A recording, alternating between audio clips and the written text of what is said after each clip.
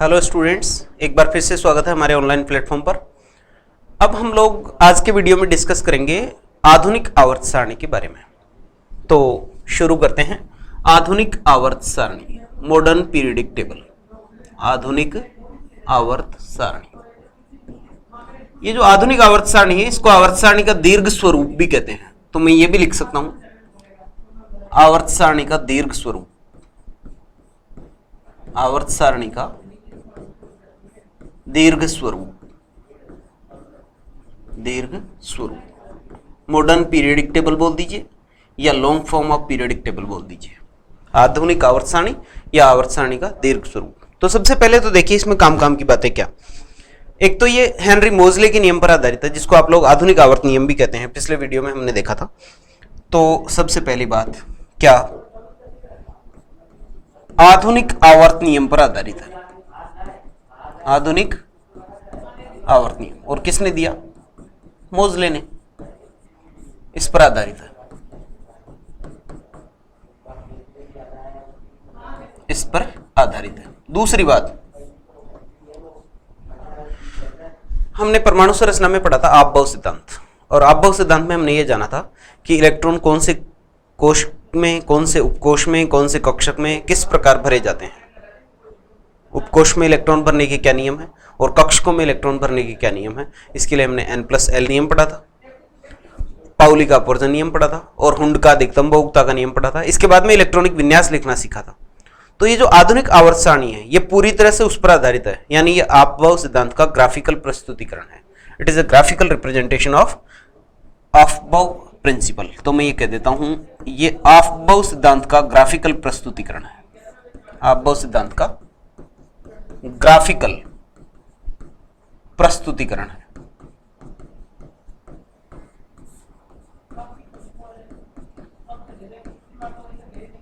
आपबव सिद्धांत का ग्राफिकल प्रस्तुतिकरण।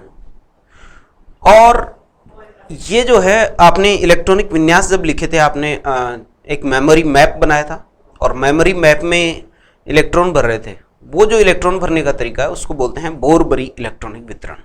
क्या बोलते हैं? बोरबरी का इलेक्ट्रॉनिक वितरण।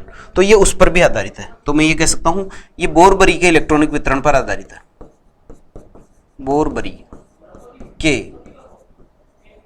इलेक्ट्रॉनिक वितरण पर आधारित है। ठीक। इसके बाद आवर्त सारणी के विकास में मुख्य योगदान जो था वो था रेंग और वर्नर का। हालांकि मोजले का भी है, क्योंकि मोजले के नियम पर आधारित है, लेकिन मोजले के अलावा और किसका योगदान है? रेंग और वर्नर का। रेंग और वर्नर का मुख्य योगदान है। ये वर्नर वही है जिसको आप लोग उपसह संयोजक यौगिकों में भी पढ़ते हैं। ठीक है। तो रेंग और वर्नर का आवर्त सारणी के विकास में, आधुनिक आवर्त सारणी के विकास में मुख्य योगदान था। और क्या खास बात है इसकी? मेंडलीव की आवर्त सारणी की तरह इसमें भी 7 आवर्त होते हैं। कितने आवर्त होते हैं? 7 आवर्त होते हैं। और उसमें 8 वर्ग थे, इसमें 9 वर्ग होते हैं। कितने वर्ग होते हैं? 9। हालांकि फिर उपविभाजन जब होता है इनका, जैसे 1 से 7 तक जो है, उनके सबके 2-2 टुकड़े हैं। एक 0 वर्ग और आ जाता है इसमें, और 8वां जो है, 8वें में 3 वर्ग शामिल है। हालांकि उनका उपविभाजन नहीं है, सब डिवीजन नहीं है, लेकिन कुल मिलाकर अगर देखें तो इसमें 18 वर्ग होते हैं। 18 उपवर्ग कह सकता हूं, 18 उपवर्ग। 9 वर्ग होंगे, 18 उपवर्ग होंगे। सभी के उपवर्ग नहीं होंगे, ये ध्यान रखना है। 1 से 7 तक जो है, मैं ये कह सकता हूं फर्स्ट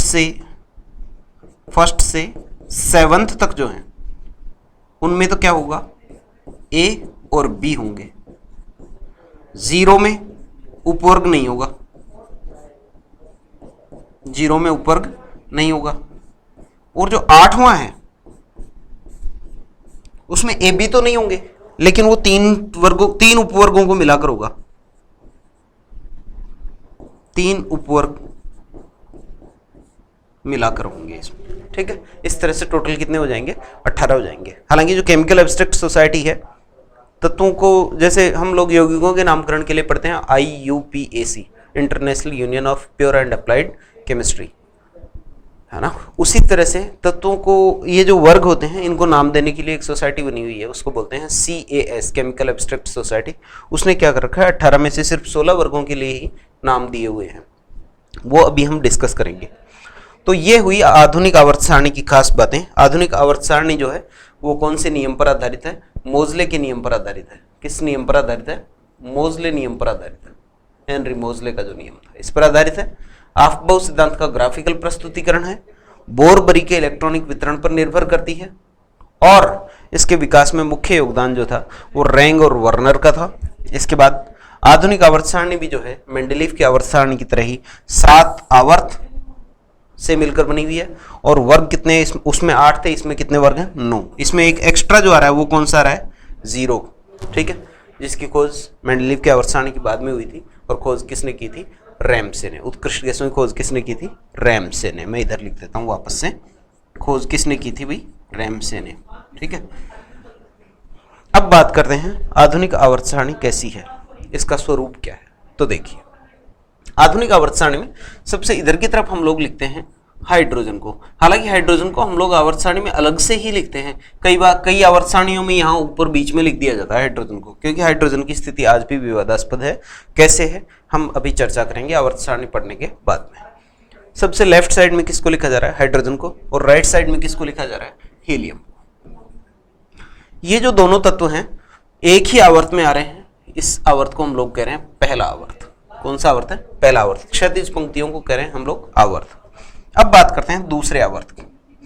दूसरे आवर्त में कौन कौन से तत्व आएंगे, हीलियम के बाद इधर आता है लिथियम, देन बेरिलियम, फिर इधर की तरफ आएंगे boron, carbon, nitrogen, oxygen, fluorine और नियोन। ये दूसरे आवर्त में आ जाएंगे। दूसरे आवर्त में 8 तत्व आ रहे हैं। इसके बाद तीसरे आवर्त की बात करते हैं। तीसरा आवर्त जो है सबसे महत्वपूर्ण आवर्त यही है, sodium, magnesium, aluminium, silicon, phosphorus, sulphur, chlorine और आर्गन। महत्वपूर्ण इसलिए है कि ये अपने अपने तत्व जो हैं, अपने अपने वर्ग जो हैं, नीचे वर्ग का मतलब है खड़ी पंक्तियां, तो खड़ी पंक्तियों का ये प्रतिनिधित्व करते हैं, इनको प्रारूपिक तत्व भी कहते हैं। यानी मैं अगर हम ये कहते हैं ये बानगी का काम करते हैं, अगर हमें किसी एक वर्ग के तत्वों के बारे में बताना है तो आप इन तत्वों को उठा के कह सकते हैं। जैसे इस पूरे वर्ग की पहचान बतानी है तो आप सोडियम के आधार पर बता सकते हैं, सोडियम के जैसे गुण होंगे लगभग वैसे ही गुण ऊपर नीचे वाले तत्वों के होंगे, स्पेशली नीचे वालों के, ठीक। तो इनको हम लोग प्रारूपिक तत्व भी कहते हैं। इसके बाद नीचे कौन आते हैं, इनके जस्ट बाद उधर आ गया आर्गन, आर्गन के बाद इधर आएगा पोटेशियम। कौन आता है, पोटेशियम, देन कैल्शियम। कैल्शियम के बाद ये जो बीच की स्थिति है इसमें डी ब्लॉक के तत्व स्टार्ट हो जाते हैं। यहाँ आता है scandium, titanium, vanadium, chromium, manganese, iron, cobalt, निकल, कॉपर और जिंक, ये तत्व आते हैं, ठीक है। ये बात हुई परमाणु क्रमांक 30 तक के तत्वों की। परमाणु क्रमांक 30 तक के तत्वों के सभी को नाम भी याद होने चाहिए और प्रतीक भी याद होने चाहिए। उसके बाद के तत्वों को आप नाम से याद रखना चाहें तो रख सकते हैं, अदरवाइज प्रतीक आपको याद रखने ही होंगे, और प्रतीक याद रखने के लिए आप अपने हिसाब से अलग अलग ट्रिक्स यूज कर सकते हैं, ठीक है। मैं आवर्त सारणी के बाकी जो तत्व हैं उनके प्रतीक लिख रहा हूं। देखिए आप ऐसे लिख सकते हैं, जैसे फर्स्ट है तो आप hydrogen, lithium, sodium, potassium, then rubidium. नीचे वालों को सभी को मैं एक ही कलर से लिख रहा हूं, रुबिडियम, सीजियम और फ्रेंशियम, ठीक है। ये हो गया पहला आवर्त, जिसको आप फर्स्ट ए भी लिख देते हैं। आजकल हम लोग पहले से 18वें तक लिखते हैं। जो IUPAC का तरीका है उसमें फर्स्ट ए, सेकंड ए ऐसे लिखने की जरूरत नहीं होती है। वो 2 स्टाइल हैं, एक अमेरिकन स्टाइल है, एक यूरोपियन स्टाइल है, उनमें हम लोग ऐसा लिखते हैं। वो पुराना तरीका था। आजकल हम लोग पहले से 18वें तक ही बोलते हैं इनको। तो आप वो ज़्यादा महत्वपूर्ण नहीं रहा है फर्स्ट ए कौन सा होगा, सेकंड ए कौन सा होगा। हालांकि जनरल नॉलेज के हिसाब से आपको ध्यान होना चाहिए कि फर्स्ट ए का मतलब कौन सा है, फर्स्ट बी का मतलब कौन सा है, इस तरह से। तो ये फर्स्ट ए है, पहला वर्ग।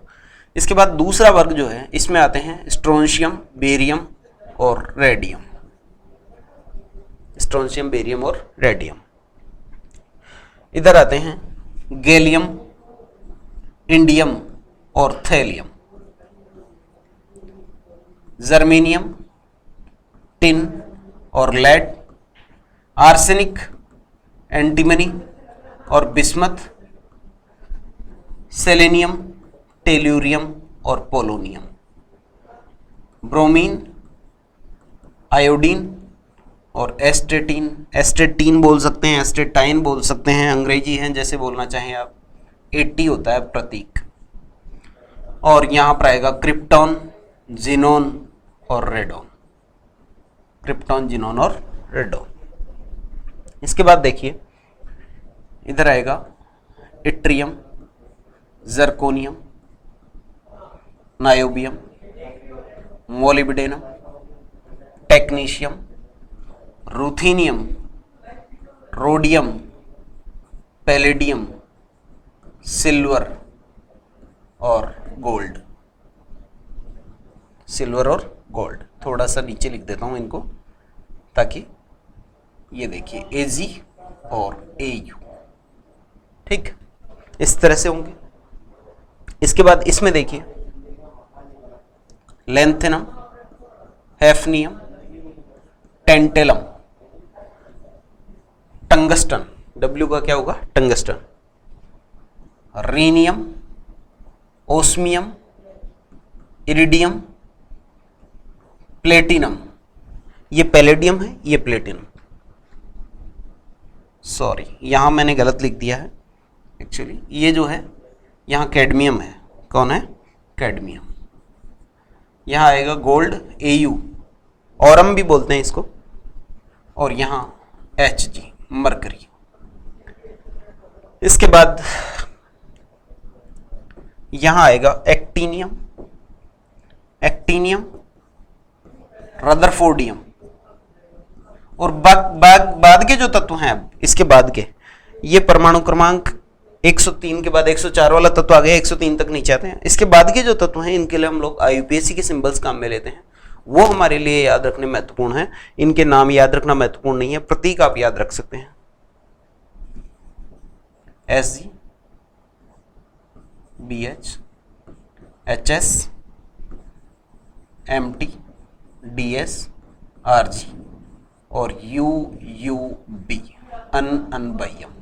इनके भी मैं प्रतीक बता दूंगा आप लोगों को। परमाणु क्रमांक 103 के बाद के जो तत्व हैं इनको हम लोग अति भारी तत्व कहते हैं, और अति भारी तत्वों के ये जो प्रतीक हैं ये जितने महत्वपूर्ण हैं उनसे कहीं ज्यादा महत्वपूर्ण इनके IUPAC वाले जो प्रतीक हैं वो हैं, वो हम लोग लिखना सीखेंगे। इसके बाद आवर्त सारणी में नीचे की तरफ जो है, नीचे की तरफ लेंथेनाइड और एक्टिनाइड तत्वों को रखा गया है। और लेंथेनाइड एक्टिनाइड तत्व कौन कौन से हैं देखिए, सीरियम, Ce, एक बार मैं लिख देता हूं, PM, SM, EU, GD, TB, DY, HO, ER, TM, YB और LU। Cerium, praseodymium, neodymium, promethium, samarium, europium, gadolinium, terbium, dysprosium, holmium, erbium, thulium, ytterbium और ल्यूटीशियम।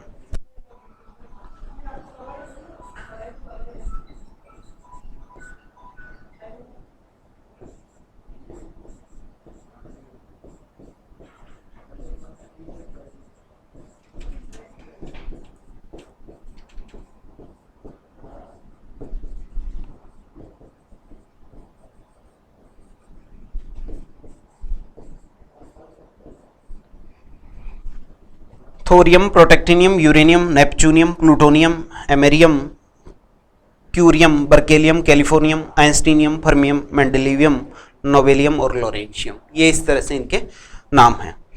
अब हमारे क्या है, देखिए इंपॉर्टेंट कौन से हैं और कौन से प्रतीक जो हैं इनसे रिप्लेस हो सकते हैं, यानी आईयूपीएसी प्रतीक से रिप्लेस कर सकते हैं, वो देखिएगा। पहले मैं एक बार इनके सभी के परमाणु क्रमांक के बारे में थोड़ा सा बता देता हूँ। ये जो पहला आवर्त है इसमें दो तत्व हैं, पहला है हाइड्रोजन और दूसरा कौन है, हीलियम, परमाणु क्रमांक 1 और 2। दूसरा जो आवर्त है इसमें कौन कौन है, परमाणु क्रमांक 3 से लेके और 10 तक के तत्व हैं। इसके बाद तीसरे आवर्त में परमाणु क्रमांक 11 से लेके और 18 तक के तत्व होंगे, 11 से लेके 18 तक के तत्व होंगे। और 18 के बाद 19 से यहां हो जाएगा 36, फिर 37 पर ये जो पांचवा आवर्त है इसमें हो जाएगा यहां 37 से ये हो जाएगा 54, जीनोन 54। इसके बाद छठा आवर्त और ये सातवां आवर्त, छठे में हो जाएगा 55, ये 56 और ये 57। 57 के बाद 58 से 71 तक के जो तत्व हैं इनको आप लेंथेनम के बाद में ही आते हैं, इसलिए आप लेंथेनाइड तत्व कहते हैं। क्या कहते हैं, लेंथेनाइड तत्व। देखो लेंथेनाइड भी लिखा हुआ मिलता है और लेंथेनॉइड भी लिखा हुआ मिलता है, दोनों का मतलब एक ही है, दोनों तरह से लिखा जाता है, गलत कुछ भी नहीं है। लेंथेनाइड भी सही है और लेंथेनॉइड भी सही है। तो ये लेंथेनाइड तत्व हैं और ये 58 से 71 तक होते हैं, सीरियम से लेके ल्यूटीशियम तक, सीरियम से लेके ल्यूटीशियम तक। इनके नाम जरूर ध्यान रखिएगा। पहला तत्व कौन है, सीरियम, और अंतिम तत्व क्या है, ल्यूटीशियम। 58 से 71 तक होते हैं। इसके बाद में ये 72 से 80 तक तो ये हो जाएगा मरकरी। इसके बाद 81 से ये हो जाएगा 86, 86 में कौन है, रेडॉन। 87 फ्रेंशियम और 88 89 एक्टीनियम 89 है। इसके बाद 90 से 103 तक थोरियम से लोरेंशियम तक। देखिएगा वापस ध्यान से, सीरियम से ल्यूटीशियम तक कौन है, लेंथेनाइड, और थोरियम से लोरेंशियम तक कौन है, एक्टिनाइड। इसके बाद 104 से 112 तक। इसके बाद भी कुछ बुक्स में 118 तक भी लिखा हुआ मिलता है, हालांकि 118 तक के जो तत्व हैं इनका रसायन अभी तक ज़्यादा अध्ययन हुआ नहीं है इनके रसायन का, इसलिए हम लोग ज़्यादा इनके बारे में पढ़ते नहीं हैं। ये तत्व हैं। अब इनमें ये वाले जो तत्व हैं कौन से, 103 के बाद वाले, 103 के बाद वाले ये जो तत्व हैं इनको कहते हैं हम लोग अति भारी तत्व। क्या कहते हैं, इनको कहते हैं अति भारी तत्व, अति भारी तत्व। नीचे जो हैं इनको हम लोग क्या कहते हैं, भारी तत्व, और ये क्या है, अति भारी तत्व, सुपर हैवी एलिमेंट्स। और जो सुपर हैवी एलिमेंट्स है इनके कौन से प्रतीक काम में लिए जाएंगे, आईयूपीएसी प्रतीक काम में लिए जाएंगे। जैसे यहाँ पर अन बाह्यम है 112 वाला, वो प्रतीक हम लोग अलग से पढ़ेंगे। अब देखिए ये जो पहला वर्ग है इसको आप लोग फर्स्ट ए बी कह देते हैं, ये दूसरा वर्ग है, दूसरे को आप लोग सेकंड ए बी कह देते हैं। क्या कह देते हैं, सेकंड ए कह देते हैं। क्या कहते हैं भाई, सेकंड ए। इसके बाद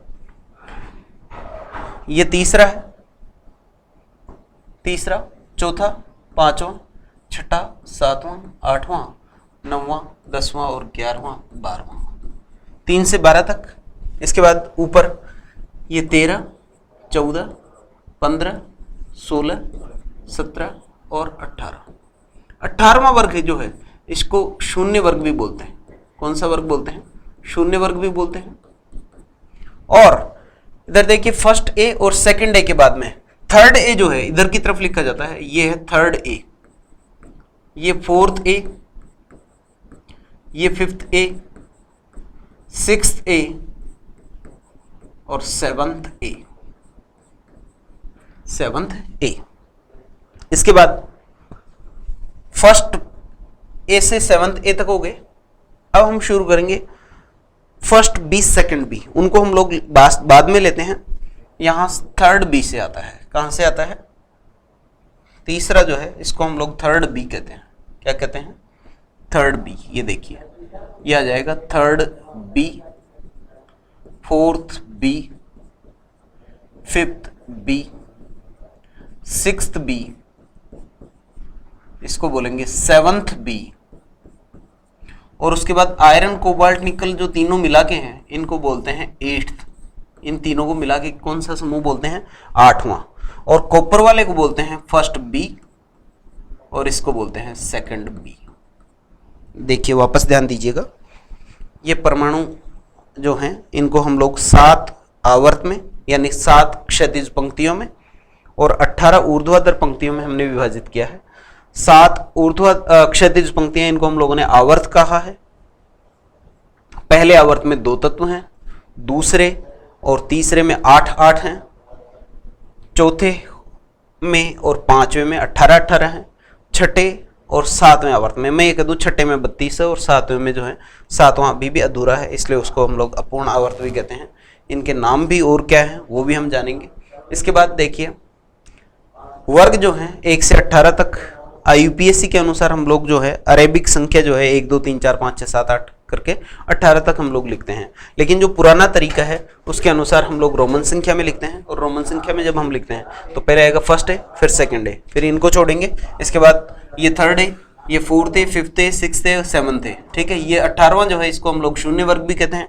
इसके बाद बी की बात करते हैं, फर्स्ट बी से शुरू होंगे, फर्स्ट बी सेकंड बी, लेकिन फर्स्ट बी सेकंड बी जो है इनको बोला जाएगा, कॉपर वाले को बोलेंगे फर्स्ट बी और जिंक वाले को क्या बोलेंगे? Second B. इसके बाद थर्ड बी, ये रहा third B, fourth B, fifth B, sixth B, seventh B. और आयरन कोबाल्ट निकल जो तीनों हैं इनको तीनों को मिला के हम लोग क्या कहते हैं?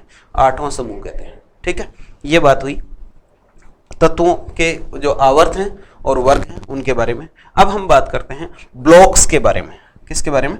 ब्लॉक्स। तो देखिए भैया, किसी भी तत्व में अंतिम इलेक्ट्रॉन जिस उपकोष में प्रवेश करता है उस उपकोष के आधार पर ही हम लोग ब्लॉक कह देते हैं। तो आवर्त सारणी में 4 ब्लॉक हो जाएंगे, S block, P block, D block और F ब्लॉक, यानी 4 तरह के ब्लॉक्स होंगे या 4 ब्लॉक के तत्व होंगे। सबसे पहले देखिए ये जो है फर्स्ट ए और सेकंड ए, फर्स्ट ए और सेकंड ए, इन दोनों को मिलाकर हम लोग कह रहे हैं S ब्लॉक। क्या कह रहे हैं? S block. लेकिन एक बात ध्यान देने वाली है, वो ये है कि इधर देखिए आपने क्या लिखा है? हीलियम। हीलियम का जो परमाणु क्रमांक होता है वो होता है 2, और जब 2 वाले का इलेक्ट्रॉनिक विन्यास लिखेंगे तो वो आएगा 1s2, यानी इसमें भी लास्ट वाला इलेक्ट्रॉन किस में जा रहा है? S उपकोष में जा रहा है, इसलिए ये भी कौन से ब्लॉक का है? S ब्लॉक का। तो जब भी S ब्लॉक की बात आएगी आप S ब्लॉक में ये कहेंगे फर्स्ट ए, सेकंड ए, और इसके अलावा कौन कौन है? हाइड्रोजन और हीलियम। मैंने हाइड्रोजन को भी अलग से इसलिए लिखा है क्योंकि हाइड्रोजन को भी कई बार फर्स्ट ए में लिखा जाता है, कई बार फर्स्ट ए में नहीं लिखा जाता, अलग से भी लिखा जाता है, ठीक है। इसीलिए हम लोग हाइड्रोजन को आवारा तत्व भी कहते हैं, क्योंकि इसकी आज तक स्थिति निर्धारित नहीं हो पाई है। इसका क्या कारण है इसको हम लोग अगली स्लाइड में पढ़ेंगे। देखिए first A, second A, hydrogen और हीलियम, अगर कुल मिलाकर देखें तो S ब्लॉक में 14 तत्व हैं। कितने तत्व हैं? कुल मिलाकर 14 तत्व हैं, कुल 14 तत्व हैं। और इन 14 में से ये जो 2 तत्व हैं ये अधातु हैं। हाइड्रोजन और हीलियम क्या है? अधातु। शेष सभी क्या है? धातु हैं। शेष सभी क्या है? धातु। ये फर्स्ट ए और सेकंड ए वाले दोनों ही क्या हो जाएंगे? धातु। यानी 12 तत्व धातु होंगे और 2 क्या होंगे? अधातु। और जो अधातु होंगे वही गैसीय होंगे, अधातु जो हैं वही कैसे होंगे? गैसीय। हाइड्रोजन हीलियम दोनों गैस हैं, बाकी सभी क्या है? ठोस हैं। हालांकि सीजियम फ्रेंशियम जो है ये द्रव होते हैं। सीजियम फ्रेंशियम जो है ये कैसे होते हैं? द्रव हैं। और फ्रेंशियम की एक और खास बात है, फ्रेंशियम जो है ये रेडियोधर्मी होता है। कैसा होता है? रेडियोधर्मी। अब रेडियोधर्मी या रेडियो एक्टिव का क्या मतलब है? रेडियोधर्मी या रेडियो सक्रिय या रेडियो एक्टिव? रेडियो एक्टिव, इसका मतलब है रेडियो सक्रिय होने का मतलब है स्पॉन्टेनियस इमिशन ऑफ रेडिएशंस, यानी जिनमें से विकिरणों का स्वतः उत्सर्जन होता रहता है। तो फ्रेंशियम ऐसा पदार्थ है जिसमें से अल्फा, बीटा, गामा या इस तरह की कोई भी विकिरण जो है अपने आप निकलती रहती है, इसलिए ये कैसा है? रेडियो सक्रिय है। रेडियम जो है ये भी रेडियो सक्रिय है।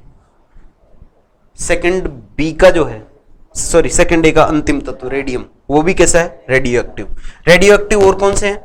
वैसे तो देखिए परमाणु क्रमांक 92 या इसके बाद वाले जो होते हैं वो ज्यादातर रेडियो सक्रिय होते हैं, लेकिन अगर पहले वालों में बात करें तो पोलोनियम भी रेडियो सक्रिय है। पोलोनियम भी कैसा है? रेडियो सक्रिय है। एस्टेटीन भी रेडियो सक्रिय है। तो ये भी क्या है? रेडियो एक्टिव है। कैसे हैं? Radio active. बाद वालों में से नहीं पूछा जाता है कि इनमें से कौन सा रेडियो सक्रिय होगा, कौन से नहीं होगा, लेकिन इनमें से कई बार पूछ लिया जाता है कि इनमें से कौन सा रेडियो सक्रिय तत्व है। तो ये दोनों फर्स्ट ए और सेकंड ए के सबसे लास्ट वाले तत्व दोनों रेडियो सक्रिय हैं। इधर पोलोनियम और एस्टेटीन दोनों क्या है? रेडियो सक्रिय है। इसके बाद देखिए, तो ये एस ब्लॉक की बात हुई। एस ब्लॉक में कुल कितने तत्व होंगे? 14 होंगे। कौन कौन से होंगे? एक हाइड्रोजन होगा, एक हीलियम होगा और उसके अलावा 6 तत्व ये हो गए। ठीक है। द्रव कौन से होंगे? सीजियम फ्रेंशियम दोनों द्रव होंगे। उसके अलावा बाकी सारे ठोस होंगे। गैस कौन कौन से होंगे? हाइड्रोजन और हीलियम। अब बात करते हैं आवर्त सारणी में जो सबसे दाईं तरफ आते हैं। सबसे दाईं तरफ जो आते हैं इन सब में लास्ट वाला इलेक्ट्रॉन हीलियम को अगर छोड़ दो, हीलियम को छोड़ दो, है ना, तो ये सब क्या है? मैं ये कह दूं हीलियम के अतिरिक्त, हीलियम के अतिरिक्त ये सब क्या है? ये पी ब्लॉक के तत्व हैं। कौन से ब्लॉक के हैं? पी ब्लॉक के हैं। यानी इनमें अंतिम तत्व जो है वो कौन से उपकोष में प्रवेश करेगा? पी उपकोष में प्रवेश करेगा। तो अगर आधुनिक आवर्त सारणी में बोले, आधुनिक तरीके से बोले हैं, तो वर्ग संख्या 13 से 18 तक के तत्व। हम लोग ऐसे नहीं कहेंगे आधुनिक जो तरीका है उसके हिसाब से कि 3rd ए से 7th ए और फिर 0 ग्रुप, ऐसे नहीं बोलेंगे। क्या बोलेंगे? वर्ग संख्या 13 से 18 तक के जो तत्व हैं वो कौन से हैं? पी ब्लॉक के हैं। उनमें कौन नहीं आएगा? सिर्फ हीलियम। तो कुल मिलाकर इनकी जो संख्या होगी वो होगी 30। कितनी होगी? 30 होगी। कितने तत्व हैं भाई? 30 तत्व। 30 तत्व हैं। और ये एकमात्र जो है ऐसा ब्लॉक है जिसमें धातु भी है, अधातु भी है और उपधातु भी है। धातु, अधातु, उपधातु सभी तरह के तत्व हैं। ठोस, द्रव, गैस सभी तरह के तत्व हैं। तो ये विशेषता है इसकी कि इसमें सभी प्रकार के तत्व मिलेंगे। धातु, अधातु, उपधातु, ठोस, द्रव, गैस सभी तरह के। ठीक है। अब देखिए गैसें कौन कौन सी होंगी। तो गैसें अगर देखते हो तो helium, neon, argon, krypton, xenon, radon, यानी सारा का सारा शून्य समूह। तो देखो गैसें कौन कौन से होंगे? शून्य। पहली बात तो शून्य समूह, शून्य वर्ग। ठीक है। इसके अलावा nitrogen, oxygen, fluorine, chlorine. Nitrogen, oxygen, fluorine, chlorine, ये सब क्या होंगी? गैसें। तो गैसें ये देखिए कितनी हो जाएंगी? 9 गैसीय तत्व हो जाएंगे। 3 तो ये हो गए, नाइट्रोजन, ऑक्सीजन, फ्लोरीन। एक क्या हो गया? क्लोरीन। तो 4 तो ये हो गए। देखिए नाइट्रोजन, ऑक्सीजन, फ्लोरीन और chlorine. Nitrogen, oxygen, fluorine, chlorine, ये गैसीय तत्व हो गए भाई। गैसीय तत्व कितने हो गए? देखिए 9 गैसीय तत्व हो गए। कितने हो गए? 9। पी ब्लॉक में गैसें कितनी हो जाएंगी? 9। पी ब्लॉक में गैसें कितनी हो जाएंगी? 9। और अगर एस और पी दोनों को मिला के बोले तो आवर्त सारणी में कुल 11 गैसीय तत्व होंगे। कुल कितने होंगे? 11 गैसीय तत्व। ये लिखिए, मैं यहां लिख देता हूं। आवर्त सारणी में कुल 11 गैस। आवर्त सारणी में कुल कितनी गैसें हैं? कुल गैसीय तत्व कितने हैं? 11 हैं। कुल गैसीय तत्व कितने हैं? 11 है। अब बात करते हैं द्रव कौन कौन से हैं। तो द्रव इधर तो आई गए, सीजियम, फ्रेंशियम। कौन कौन द्रव हैं? Caesium, francium. अगर बीच वालों की बात करें, इनमें से द्रव कौन? इनमें से द्रव कौन? तो ये जो मरकरी है ये द्रव है भाई। मरकरी कैसा है? द्रव है। डी ब्लॉक में द्रव कौन है? मरकरी है। और इनमें द्रव कौन है? तो इनमें से द्रव एक तो Ga है और एक Br है। ये दोनों क्या है? द्रव है। ये दोनों क्या है भाई? द्रव है। द्रव कौन कौन है? तो Ga और Br। तो आवर्त सारणी में कुल 5 द्रव तत्व हैं। आवर्त सारणी में कुल कितने द्रव तत्व हैं? 5। इसके बाद बात करते हैं धातु, अधातु और उपधातु की। तो धातु, अधातु, उपधातु में देखिए भाई, एक यहां पर एक सीढ़ी नुमा रेखा बनाते हैं हम लोग। बोरोन, सिलिकॉन, आर्सेनिक, टेल्यूरियम और एस्टेटीन। ठीक है। आप इनको अगर याद रखना चाहें तो ऐसे रख सकते हैं, जैसे बोले शिवजी ऐसी तेरी आत्मा। बोले शिवजी ऐसी तेरी आत्मा। इस लाइन के इधर की तरफ जो है, इधर की तरफ कौन है? इधर की तरफ है अधातु है, यानी इधर की तरफ है अधातु। कौन है भाई? इधर की तरफ कौन है? इधर की तरफ कौन है भाई? अधातु है। इधर की तरफ है अधातु। और इस लाइन के इधर की तरफ कौन है? तो इस लाइन, ये वाली जो लाइन बनाई है मैंने, इस लाइन के इधर की तरफ कौन है? इधर की तरफ है धातु। इधर की तरफ कौन है, धातु। और इसके आसपास जैसे सिलिकॉन जर्मेनियम है, सिलिकॉन जर्मेनियम, आर्सेनिक एंटीमनी, ये क्या है, उपधातु है। ये क्या है, उपधातु। तो मैं ये कह देता हूं ये वाला और ये सिलिकॉन, ये कैसे हैं भाई, ये उपधातु हैं। उपधातु क्या है, उपधातु।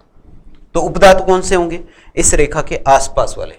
उधर की तरफ कौन होंगी, अधातुएं, और इधर की तरफ कौन होंगे, धातुएं। ठीक है। अब देखिए जो बीच में जिनको लिखा गया है, ये वाले जो तत्व हैं, ये वाले है ना, वर्ग संख्या 3 से लेके और कहां तक, 12 तक, वर्ग संख्या 3 से 12 तक, इनको आप कहते हैं डी ब्लॉक के तत्व। कौन से ब्लॉक के कह रहे हैं भाई, डी ब्लॉक के तत्व। डी ब्लॉक के क्यों कह रहे हैं, इनमें लास्ट वाला इलेक्ट्रॉन किस में जा रहा है, डी उपकोष में प्रवेश कर रहा है, इसलिए इनको क्या कह रहे हैं, डी ब्लॉक के तत्व कह रहे हैं। ठीक है, लास्ट वाला इलेक्ट्रॉन डी उपकोष में प्रवेश कर रहा है, इसलिए क्या करें भाई, डी ब्लॉक के तत्व कह रहे हैं। और जो नीचे की तरफ हैं, ये वाले जिनको आपने, इनको तो क्या कहा, लेंथेनाइट, क्या कहा है, लेंथेनाइट। और ये वाले जो हैं, ये वाले, इनको आपने क्या कहा है, इनको आपने कहा है एक्टिनाइट। क्या कहा है, क्योंकि ये एक्टिनियम के बाद में आ रहे हैं, 89 के बाद, इसलिए इनको क्या कहा है, एक्टिनाइड तत्व, एक्टिनाइड तत्व। और इन दोनों को मिलाकर, इनमें लास्ट वाला इलेक्ट्रॉन जो है एफ उपकोष में प्रवेश करता है, इसलिए इन दोनों को मिलाकर हम लोग क्या कह रहे हैं, एफ ब्लॉक के तत्व कह रहे हैं। कौन से ब्लॉक के कह रहे हैं, एफ ब्लॉक के तत्व कह रहे हैं। तो ये तो बात हुई हमारी आवर्त सारणी की साधारण चर्चा जो है कि आधुनिक आवर्त सारणी क्या होगी, उसमें कितने तत्व होंगे, कौन सा एस ब्लॉक होगा, कौन सा पी ब्लॉक होगा, कौन सा डी ब्लॉक होगा। तो एस ब्लॉक कौन सा है, सबसे लेफ्ट साइड में, पी ब्लॉक कौन सा है, राइट साइड में, डी ब्लॉक इन दोनों के बीच में है, और बीच में होने की वजह से इनको संक्रमण धातुएं भी कहते हैं। और सबसे नीचे की तरफ कौन आता है, एफ ब्लॉक के तत्व आते हैं। ठीक है, अब हम इनके सामान्य नामों की चर्चा करते हैं, किसको क्या कह रहे हैं। तो देखिए नेक्स्ट स्लाइड में देखिए, जो सबसे इधर की तरफ आते हैं, फर्स्ट ए वाले जो हैं, फर्स्ट ए, इनको हम लोग क्षार धातुएं कहते हैं। क्या कहते हैं, क्षार धातुएं, क्षार धातुएं कहते हैं। यानी मैं ये कह दूं, हाइड्रोजन को छोड़ दूं, हाइड्रोजन को छोड़कर जितने भी है ना उसमें आ रहे हैं, उन सबको क्या कह रहे हैं, क्षार धातुएं। ठीक है, सेकंड ए जो आ रहा है, सेकंड ए, beryllium, magnesium, calcium, strontium, barium, radium, उनमें से बेरिलियम को छोड़ दो तो उनको कहते हैं क्षारीय मृदा धातुएं। क्या कह रहे हैं, क्षारीय मृदा धातुएं, मृदा धातुएं। ठीक है, क्षारीय मृदा धातुएं। किसको छोड़ना है, बेरिलियम को, बेरिलियम को छोड़कर। कुछ बुक्स में बेरिलियम को भी साथ में ही लिख देते हैं, वैसे बेरिलियम जो है उसको क्षारीय मृदा धातु नहीं माना जाता है, क्योंकि बेरिलियम के, देखो ये जो है क्षार धातुएं या क्षारीय मृदा धातुएं, ये इनकी ऑक्साइड और हाइड्रोक्साइडों की प्रकृति के आधार पर है। यानी इनके ऑक्साइड और हाइड्रोक्साइड कैसे होते हैं, क्षार धातुओं के भी क्षारीय होते हैं और क्षारीय मृदा धातुओं के भी क्षारीय होते हैं, और ये मृदा में अल्प मात्रा में मिलते हैं, इसलिए इनको ऐसा कहा जाता है। क्षारीय गुण की वजह से कह रहे हैं क्षार धातुएं और क्षारीय मृदा धातुएं, लेकिन बेरिलियम जो होता है उसके ऑक्साइड और हाइड्रोक्साइड उभयधर्मी प्रकृति के होते हैं, इसलिए उसको हम लोग क्षारीय में नहीं रखते हैं, क्षारीय मृदा धातु में नहीं रखते हैं। इसके बाद देखिए उधर की तरफ अगर चले हम लोग, जो 13वां वर्ग है, 13वें वर्ग को आप थर्ड ए भी कह रहे हैं, थर्ड ए, बोरोन परिवार। ठीक है, 13वां वर्ग जो है उसके थर्ड ए, और 13वें और 14वें के बाद कौन आ रहा है, 14वां जो है कौन सा है, 14वां वर्ग वो है फोर्थ ए। इनके अतिरिक्त पी ब्लॉक के जितने भी वर्ग हैं, पी ब्लॉक तत्वों के वर्ग, उनके विशेष नाम है, उन तत्वों के विशेष नाम है, वो क्या क्या है, देखिए विशेष नाम है। देखिए एक तो बात करें जो नाइट्रोजन परिवार है, नाइट्रोजन परिवार, नाइट्रोजन फैमिली, जिसको आप कह सकते हैं 15वां वर्ग, 15वें वर्ग के तत्व, फर्स्ट ए भी बोल सकते हैं। इनको आप कहते हैं निकोजन। क्या कहते हैं? निकोजन कहते हैं। निकोजन, निकोजन्स कहते हैं भाई, निकोजन कहते हैं। क्या कहते हैं? निकोजन। क्योंकि निकोजन जो शब्द है वो निक्टाइड से बना है। निक्टाइड्स होते हैं दम घोटू गैस बनाने वाले। क्या होते हैं? दम घोटू गैस बनाने वाले होते हैं। ये दम घोटू गैसें बनाते हैं, इसलिए इनको क्या कहते हैं? निकोजन। इसके बाद नाइट्रोजन परिवार के बाद आता है ऑक्सीजन परिवार। कौन सा परिवार आता है? ऑक्सीजन परिवार आता है। ऑक्सीजन परिवार, जिसको आप लोग कौन सा वर्ग कह सकते हैं? 16वां वर्ग कह सकते हैं। 16वां वर्ग। तो 16वें वर्ग के जो तत्व होते हैं ऑक्सीजन और सल्फर, इनमें भी स्पेशली वो क्या करते हैं? अयस्क बनाने की प्रवृत्ति रखते हैं, और फॉर्मिंग टेंडेंसी रखते हैं, अयस्क निर्माण की प्रवृत्ति रखते हैं, इसलिए इनको बोलते हैं चालकोजन। क्या कहते हैं? चालकोजन। चालकोजन्स कहते हैं।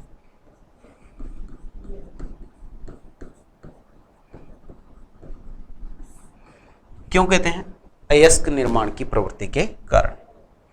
इसके बाद आता है हैलोजन परिवार। कौन आता है? मैं ये कह दूं 17वां वर्ग जो है, 17वां वर्ग। 17वें वर्ग में स्पेशली कौन? फ्लोरीन, क्लोरीन, ब्रोमीन, आयोडीन और एस्टेटिन। इन सब को हम लोग कहते हैं हैलोजन। क्या कहते हैं? हैलोजन। एस्टेटिन मैंने इसलिए नहीं लिया है क्योंकि वो रेडियो सक्रिय होता है, उसके गुणों का अध्ययन करना थोड़ा मुश्किल होता है। ठीक है, तो हम लोग क्या करें? इनको हैलोजन कह रहे हैं। और हैलोजन इसलिए कहते हैं, इनमें लवण निर्माण की प्रवृत्ति होती है। क्या बनाने की प्रवृत्ति होती है? लवण निर्माण की। लवण निर्माण। ठीक है, साधारण नमक जो होता है, साधारण लवण जो होता है NaCl, वो भी इसी का उदाहरण है। NaCl क्लोराइड आएगा उसमें। ठीक है, इनको चालकोजन क्यों कह रहे हैं? अयस्क निर्माण के कारण, अयस्क निर्माण की प्रवृत्ति के कारण। इनको निकोजन क्यों कह रहे हैं? दम घोटू गैसों के कारण। दम घोटू गैसें बनाते हैं, दम घोटू गैसें बनाते हैं, इसलिए कह रहे हैं। और 18वां वर्ग जो है, 18वां वर्ग, जिसमें कौन कौन आ रहे हैं? Helium, neon, argon, krypton, xenon, radon, ये आ रहे हैं।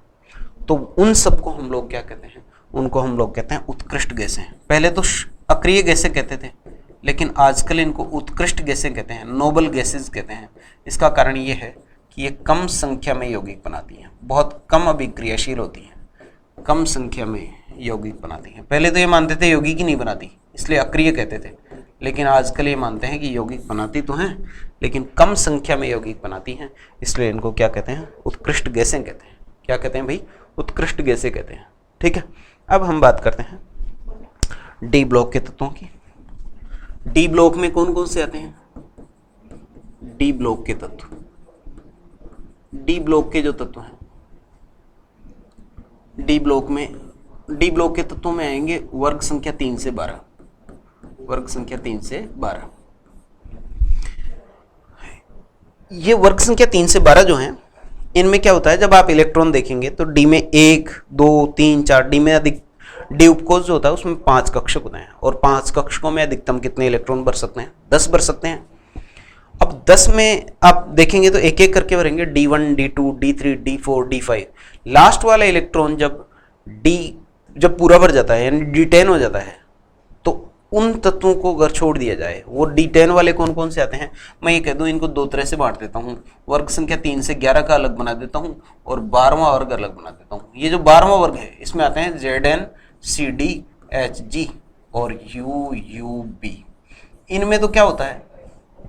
इनमें ये भले ही इलेक्ट्रॉन निकालो या मत निकालो, जैसा तत्व दिख रहा है, यानी उसकी जो मूल अवस्था है, मूल अवस्था, और अगर इनमें से इलेक्ट्रॉन निकाल दो तो ये सामान्यतः 2 इलेक्ट्रॉन त्यागते हैं। तो 2 इलेक्ट्रॉन अगर त्याग भी देंगे तो ये एस उपकोष के इलेक्ट्रॉन त्यागेंगे, बाह्यतम कोष का एस उपकोष के, वो 2 इलेक्ट्रॉन निकलेंगे। तो इनकी जो सामान्य ऑक्सीकरण अवस्था बनेगी, सामान्य ऑक्सीकरण अवस्था, इन दोनों में क्या होता है? सामान्य ऑक्सीकरण अवस्था में और मूल अवस्था दोनों में क्या होता है? इनमें D10 विन्यास होता है। डी में 10 भरे हुए होते हैं, D10 विन्यास। और इनमें क्या होता है? इनमें D1 से लेकर D9 तक विन्यास होता है, D1 से लेकर D9 तक। तो जिनमें D1 से लेकर D9 तक होता है, यहाँ पे शर्तें लागू हैं विशेष, हालांकि भाई कुछ केसेस जैसे मिल सकते हैं जिनमें D10 हो, लेकिन मैंने यहाँ लिखा है वो शर्त क्या है, मूल अवस्था और सामान्य ऑक्सीकरण अवस्था, मूल अवस्था और सामान्य ऑक्सीकरण अवस्था दोनों में अगर D10 है तो फिर उसको हम लोग क्या है, संक्रमण तत्व नहीं कहेंगे। बाकी सब इन सब को हम लोग क्या कहते हैं, संक्रमण तत्व कहते हैं। तो मैं ये कह दूं ZnCd Hg और UUB इनको छोड़कर डी ब्लॉक के जितने भी तत्व हैं टोटल होंगे 40। टोटल कितने होंगे 40। 36 तो ये हो जाएंगे और 4 तत्व ये हो जाएंगे, 4 तत्व तो ये हो गए ना, और ये कितने हैं 36। इन 36 तत्वों को हम लोग कहते हैं संक्रमण तत्व। क्या कहते हैं, संक्रमण तत्व। तो संक्रमण तत्व की परिभाषा अगर आपसे पूछे तो देखिए संक्रमण तत्व वे तत्व हैं जिनकी मूल अवस्था या सामान्य ऑक्सीकरण अवस्था में D1 से लेकर D9 तक विन्यास हो, D10 नहीं हो। और संक्रमण तत्व क्यों कहते हैं, क्यों का कारण ये है कि ये धातुओं और अधातुओं के बीच में है, मतलब एक तरह से, यानी ये क्यों इसलिए है कि ये S ब्लॉक और P ब्लॉक के मध्य है, S ब्लॉक और P ब्लॉक के मध्य स्थित है, इसलिए इनको संक्रमण तत्व कह रहे हैं। संक्रमण का मतलब एक तरह से चेंज से होता है, संक्रमण का मतलब किससे होता है, चेंज से, और ये चेंज शो कर रहे हैं, यानी एस ब्लॉक में कौन आ रहे हैं, प्योरली मेटल्स आ रहे हैं, और पी ब्लॉक में ज्यादातर कौन है, नॉन मेटल्स, अधातुएं। तो धातुओं से अधातुओं में जो गुणों में परिवर्तन हो रहा है वो इनके थ्रू हो रहा है, इनमें से होते हुए हो रहा है, इसलिए इनको हम लोग संक्रमण तत्व कहते हैं। और संक्रमण तत्व देखो क्यों कह रहे हैं, इसका कारण है ये, और क्या होते हैं इसका आंसर है कि जिनमें डी कक्षक कैसा हो, आंशिक पूरित हो, आंशिक भरा हुआ हो, ना तो पूरी तरह से खाली हो और ना ही पूरी तरह से भरा हुआ हो, उनको हम लोग क्या कहते हैं, संक्रमण तत्व कहते हैं। ठीक है, इसके अलावा कुछ और एक आध चीजें हम लोग डी ब्लॉक के बारे में जान लेते हैं। एक तो जो ये Cu, Ag और Au होते हैं ना, इनको हम सिक्का धातुएं कहते हैं। क्या कहते हैं, सिक्का धातुएं, सिक्का निर्माण में काम आती हैं, इसलिए इनको सिक्का धातुएं कहते हैं, कोइनेज मेटल्स। और एक जो ये तत्व हैं आपके Ag है, Au है, Pt है और Hg है, ये 4 तत्व हैं। ये बहुत कम संख्या में यौगिक बनाते हैं, इसलिए इनको उत्कृष्ट धातुएं कहते हैं। देखो उत्कृष्ट गैसें अलग चीज हैं, उत्कृष्ट गैसें तो helium, neon, argon, krypton, xenon, radon है, और उत्कृष्ट धातुएं कौन है, ये 4 तत्व हैं, Ag, Au, Pt, Hg। ठीक है, ये बात हुई डी ब्लॉक की। अब बात करते हैं एफ ब्लॉक के तत्वों की। किसकी, एफ ब्लॉक की। तो देखिए एफ ब्लॉक के जो तत्व हैं, F block elements, F block के जो तत्व हैं इनकी 14 तत्वों की 2 श्रेणी है, 14 तत्वों की 2 श्रेणी है। परमाणु क्रमांक 58 से जो 71 तक के हैं इनको आप क्या कह रहे हैं, लेंथेनाइड। क्या कह रहे हैं, लेंथेनाइड। और परमाणु क्रमांक 90 से 103 तक जो है, 90 से 103 तक, इनको आप क्या कह रहे हैं, एक्टिनाइड, एक्टिनाइड। अब ये जो तत्व हैं ये संक्रमण तत्वों में से ही निकले हुए हैं, यानी अगर हम बात करें लेंथेनॉइड, तो लेंथेनम के बाद में स्टार्ट हो रहे हैं, और लेंथेनॉइड कौन से वर्ग में आता है, थर्ड ए में आता है, यानी मैं ऐसे कह दूं तीसरे वर्ग में, तीसरे वर्ग में। तो तीसरे वर्ग में आ रहा है, इसलिए इनका भी कौन सा वर्ग हो जाएगा, तीसरा ही वर्ग हो जाएगा। और ये संक्रमण तत्वों के बीच में से निकले हुए हैं, इसलिए इनको हम लोग आंतरिक संक्रमण तत्व भी कहते हैं, इनर ट्रांजिशन मेटल्स, आंतरिक संक्रमण तत्व, आंतरिक संक्रमण तत्व। तो एक तो ये नाम ध्यान रखना है कि इनको क्या कहते हैं, आंतरिक संक्रमण तत्व कहते हैं। वर्ग आपसे पूछा जाए तो कौन सा होगा, तीसरा होगा, क्योंकि ये हम लोग जानते हैं लेंथेनॉइड जो है वो लेंथेनम के बाद में स्टार्ट होता है, और एक्टिनाइड जो एक्टिनियम के बाद में स्टार्ट होता है, और लेंथेनम एक्टिनियम दोनों ही कहाँ से निकल, कौन से वर्ग से हैं, थर्ड ए से, जिसको आप लोग तीसरा वर्ग कह रहे हैं। एक और बात इनके बारे में ध्यान रखनी है कि जो परमाणु क्रमांक 92 है, यूरेनियम, इसके बाद के जितने भी तत्व हैं यूरेनियम के बाद वाले, ये सारे कैसे होते हैं, रेडियो सक्रिय होते हैं, और इनको हम लोग ट्रांस यूरेनिक एलिमेंट्स बोलते हैं। क्या कहते हैं, ट्रांस यूरेनियम या ट्रांस यूरेनिक, ट्रांस यूरेनिक। परा यूरेनियम तत्व कहते हैं। क्या कहते हैं, परा यूरेनियम तत्व। थोड़ा सा अंग्रेजी नाम भी ध्यान रखें, क्योंकि कई बार परीक्षा में क्या होता है, इसको ट्रांस यूरेनिक लिख देता है, हिंदी में लिख देता है ऐसे ट्रांस यूरेनिक, इसलिए आप लोगों को ये ध्यान होना चाहिए कि ट्रांस यूरेनिक का मतलब क्या है, परा यूरेनियम तत्व है। ठीक है, ये बात हुई एफ ब्लॉक तत्वों की। इसके बाद देखिए कुछ और तत्व हैं जिनके सामान्य नाम आपको ध्यान होने चाहिए। जैसे देखिए एस ब्लॉक और पी ब्लॉक, एस ब्लॉक और पी ब्लॉक, इनको मिलाकर हम लोग कहते हैं सामान्य वर्ग के तत्व, मेन ग्रुप एलिमेंट्स। मुख्य वर्ग के तत्व भी कहते हैं और सामान्य वर्ग के तत्व भी कहते हैं, सामान्य वर्ग या मुख्य वर्ग के तत्व, मुख्य वर्ग के तत्व। एक और नाम होता है इन्हीं का, वो होता है रिप्रेजेंटेटिव एलिमेंट्स, प्रतिनिधि तत्व। तो प्रतिनिधि तत्व भी इन्हीं को बोलते हैं। प्रतिनिधि तत्व का मतलब भी क्या है, प्रतिनिधि तत्व, ये भी कौन है, एस ब्लॉक और पी ब्लॉक, ठीक। और एक और चीज है, वो है जो थर्ड पीरियड होता है, तीसरा पीरियड, तीसरा आवर्त, आवर्त संख्या 3, इसके जो तत्व होते हैं सोडियम से लेके आर्गन तक, ये मैंने पहले भी बताया है कि ये क्या करते हैं, अपने अपने वर्ग का प्रतिनिधित्व करते हैं, अपने वर्ग के बारे में ये बताते हैं कि इन तत्वों के गुण कैसे होंगे। तो इनको हम लोग प्रारूपिक तत्व कहते हैं। क्या कहते हैं, प्रारूपिक तत्व कहते हैं, टिपिकल एलिमेंट्स कहते हैं, प्रारूपिक तत्व, प्रारूपिक तत्व कहते हैं।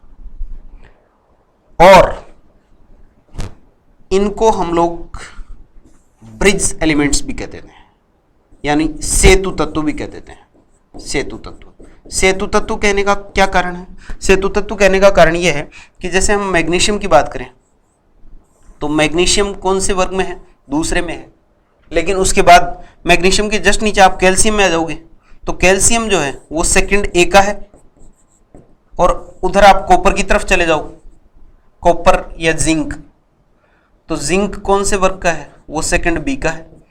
तो ये इनके जस्ट बाद क्या होता है, क्लासिफिकेशन स्टार्ट हो जाता है, वर्गों में विभाजन शुरू हो जाता है, और ये जो है ये सेतु का काम करते हैं, इसलिए इनको क्या करें, सेतु तत्व कह रहे हैं, सेतु तत्व भी कहते हैं।